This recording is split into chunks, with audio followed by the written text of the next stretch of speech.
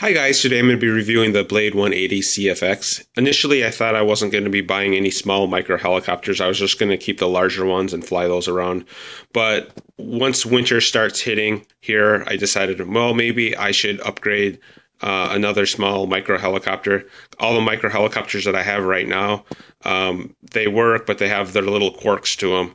And I thought, after seeing this one that came out, I thought, well, this one might be a really nice one for the gym in those long winter months.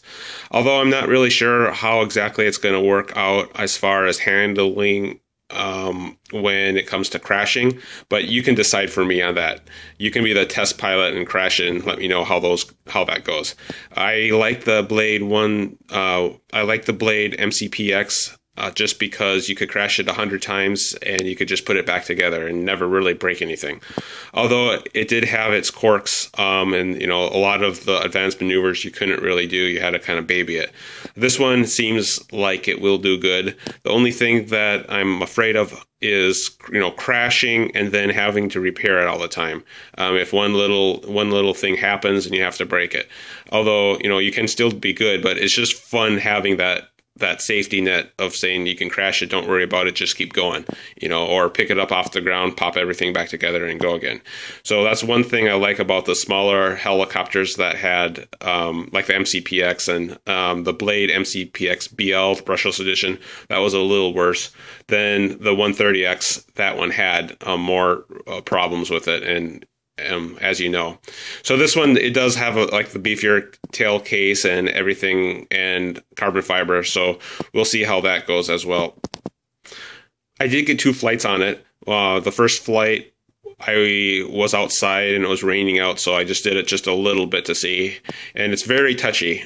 So you have to really dumb down your controls at first if you're in a really tight area.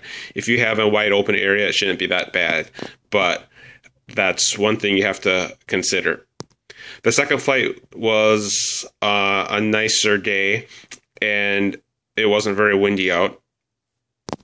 And I think it flew just great right out of the box. I set my transmitter to the stock settings that they said on the website, because the printed edition, some of it's wrong, so you just want to go back and check that.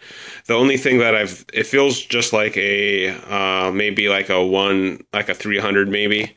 It's the tail does bump out just ever so slightly. I don't really want to say it does, but it just does just a little bit. I'm sure it's going to be in my settings, or something's going to happen where I can fix that or eliminate all of it.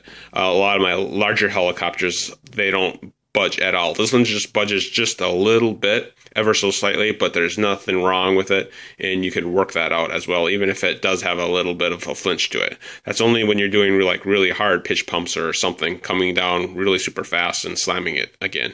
But not too bad at all. So I would really recommend the tail part, although I wish I could just have it a little bit more precise on the tail itself. But overall, this helicopter is going to be good. Like I said, I just hope when you do crash, it's going to be a low part count, or if you crash, it might not break at all.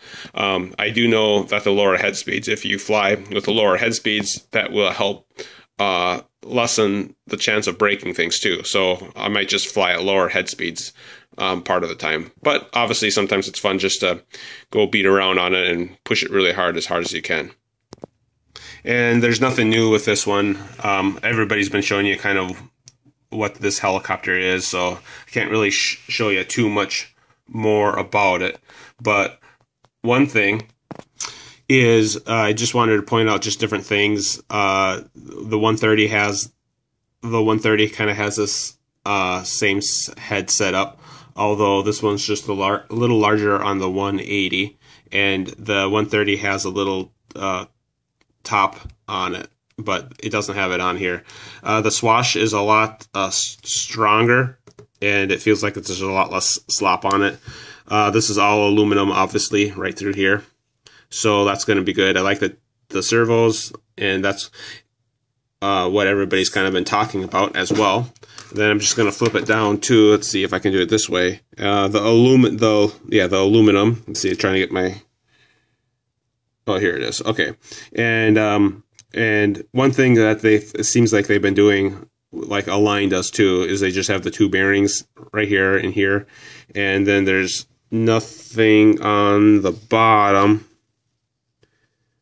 Yeah, right. Let's see. Get my... Where is... Oh, there. Yeah, try to get my pen the right way. Normally, Blade has another bearing on the bottom to secure it, but they kind of took the Align and other manufacturers and kind of eliminated the bearing on the bottom, which is just fine for a small helicopter like that. It should be fine. It is a big gear, main gear on it. One thing is I did like that. The other thing I like too is just all set up the gears in the back, which my camera isn't doing. Oh yeah. Let's see. Oh yeah, right there. You can all the gears in the back. That's neat. One thing I did like too is that there is a... Let's see. Just yeah, like the larger helicopters.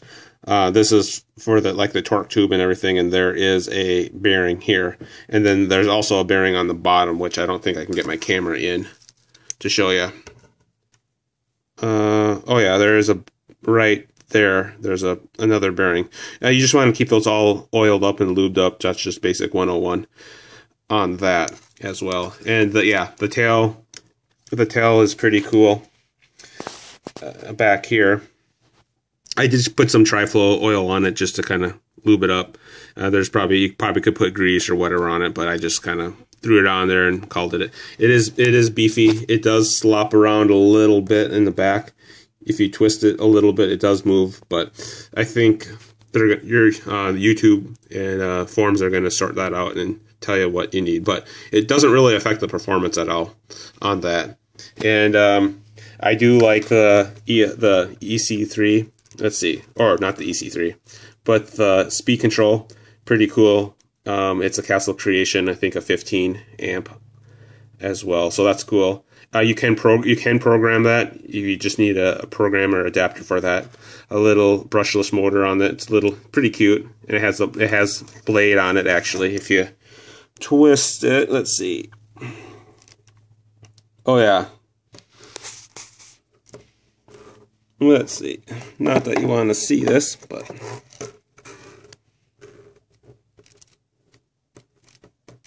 yeah, you can see blade on it right there. They just kind of have it etched into the metal. This is your bind plug. You want to bind it. I didn't have any problems binding it at all. It seemed like it worked flawlessly on that. They are kind of changing the rules and showing you different setups on how to level your swash plate and center your servos and stuff like that as well on here. But for me, mine worked just perfectly. I eyeballed it up when I got it bound to my radio, and it looked perfect. So I flew it, and I couldn't tell any difference. You know, I've been flying helicopters for quite a while, so mine worked just perfect. So I can't complain at all on that. And yeah, I do like the torque tube. That's going to be cool. It is a lot stronger. And if you do want to do a comparison, I can on the 130. My 130 is a little broken right now. I'm trying to figure out what's wrong with it right now. So anyways, excuse the mess over here. But anyways, a lot of people have been doing the videos in comparison of the 130X. And really, seriously, if you wouldn't know that it had a different type of boom on it, like a square boom and a circle boom, you really wouldn't know. If you looked at one, and if you haven't seen it, you really wouldn't know the 130 from a 180X. Although if you compare it, side by side, put it side by side, then you would know. But in the air, you won't be able to tell. It looks and feels exactly like a 130 to me. Although how it pirouettes, the 180 flies a lot better on that. But I haven't flown the micros for a while just because it's been summer. I've been flying my 700 and 550 quite a bit. So it feels a little touchy, but that's exactly how they fly, and you wouldn't be able to tell the difference. It's basically a 130 upgraded, just a little bit longer and everything else. Now, it makes it look like it's, if you have the two shafts lined up on the, if you have these two main shafts lined up, they're basically lined up. It doesn't look like it on the camera, but it really is. But it is a little longer, but it's not really noticeable. It makes it look bigger on the camera, that it's super long, but it's not that much longer. It's basically, I don't know, maybe 2 fingers longer. So, and you really, in the air, you really couldn't tell, and if you weren't comparing them side by side, you really couldn't tell on it. But overall, it's just a little beefier, and I think I'm going to really enjoy this helicopter, and I'm sure you will too. But that's one thing about buying it brand new, or right when it just came out. I guess time will tell on how good it's going to be, and if everybody's going to like it, and what's the pros and cons. So on that. And lastly, the landing skids, they're almost identical in size too. So you could actually probably retrofit the 130X to the 180 if you wanted to for the skids itself. And it came with a battery, and I ordered more batteries, so I should be getting more in soon. And that's basically it. I'm excited to fly this thing, and it looks like it's made a lot better than the 130. I like just the servos and just the setup, so if something does break, it looks like it's going to be relatively easy to replace everything and really quickly. The problem is with the 130 is if you had to replace servos or replace the frame or something, you had to take everything apart, and it was actually kind of hard and cumbersome. But now I think with the 180X, it should be a lot better. But anyways, that's all I had to say. I know I'm getting kind of long-winded on this one video, so I hope you guys enjoyed this video. If you have any questions, feel free to ask or subscribe to my channel. Other than that, yeah, keep flying. So, bye.